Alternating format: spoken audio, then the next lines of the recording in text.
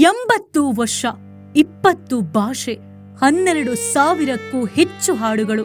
ಅಬ್ಬಾ, ಈ ದಾಖಲೆಗಳ ಬಗ್ಗೆ ಕೇಳಿದ್ರೇನೆ ಮೈ ಜುಮ್ ಎನ್ನುತ್ತೆ. ಭಾರತೀಯ ಚಿತ್ರರಂಗದ ದಿಗ್ಗಜ ಗಾಯಕಿ ಆಶಾ ಭೋಸ್ಲೆ. ಆಶಾ ಭೋಸ್ಲೆ ಅವರು ಪದ್ಮವಿಭೂಷಣ ಮತ್ತು ದಾದಾ ಸಾಹೇಬ್ ಫಾಲ್ಕೆ ಪ್ರಶಸ್ತಿಗೆ ಭಾಜನರಾಗಿದ್ದಾರೆ. ಆಶಾ ಅವರ ಅಗಲಿಕೆ ಭಾರತೀಯ ಸಂಗೀತ ಲೋಕಕ್ಕೆ ತುಂಬಲಾರದ ನಷ್ಟವಾಗಿದೆ. ಆಶಾ ಭೋಸ್ಲೆ ಅವರಿಗೆ ಹೃದಯಾಘಾತವಾಗಿತ್ತು. ತಕ್ಷಣ ಅವರನ್ನ ಮುಂಬೈನ ಖಾಸಗಿ ಆಸ್ಪತ್ರೆಗೆ ದಾಖಲಿಸಲಾಗಿತ್ತು.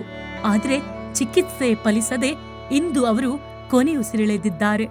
ಪಿಯಾ ತೋ ಅಬ್ ತೋ ಆಜಾ, ಕಜ್ರಾ ಮೊಹಬ್ಬತ್ ವಾಲಾ, ರಂಗೀಲಾ ರೇ ಮತ್ತು ದಿಲ್ ಚೇಜ್ ಕ್ಯಾ ಹೇ ಎಂಬ ಹಾಡು ಅಂದ್ರೆ ಆಶಾ ಭೋಸ್ಲೆ ನೆನಪಾಗುತ್ತೆ.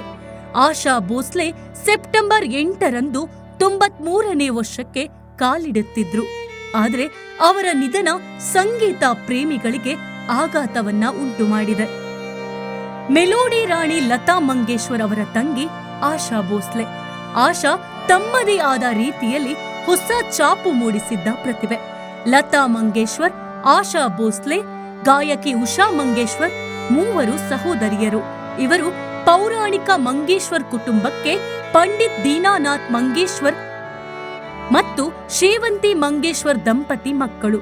ದೀನಾನಾಥ್ ಮಂಗೇಶ್ವರ್ ಅವರಿಗೆ ಲತಾ, ಮೀನಾ, ಆಶಾ, ಉಷಾ ಮತ್ತು ಹೃದಯನಾಥ್ ಎಂಬ 5 ಮಕ್ಕಳು. ತಮ್ಮ ಅದ್ಭುತ ಗಾಯನದ ಮೂಲಕ ಕೋಟ್ಯಾಂತರ ಹೃದಯಗಳನ್ನ ಗೆದ್ದಿರುವ ಆಶಾ ಭೋಸ್ಲೆ ಅವರ ಧ್ವನಿ ಎಂದೆಂದಿಗೂ ಅಮರವಾಗಿರುತ್ತದೆ. ಸಂಗೀತವೇ ಉಸಿರಾಗಿರುವ ಅವರ ಬದುಕು ಮುಂಬರುವ ಪೀಳಿಗೆಗೆ ಒಂದು ಮಹಾನ್ ಪುಸ್ತಕ. ಅವರ ಧ್ವನಿ ನಮ್ಮ ಕಿವಿಯಲ್ಲಿ ಸದಾ ನಿರಂತರವಾಗಿ ಪ್ರತಿಧ್ವನಿಸುತ್ತಲೇ ಇರುತ್ತದೆ.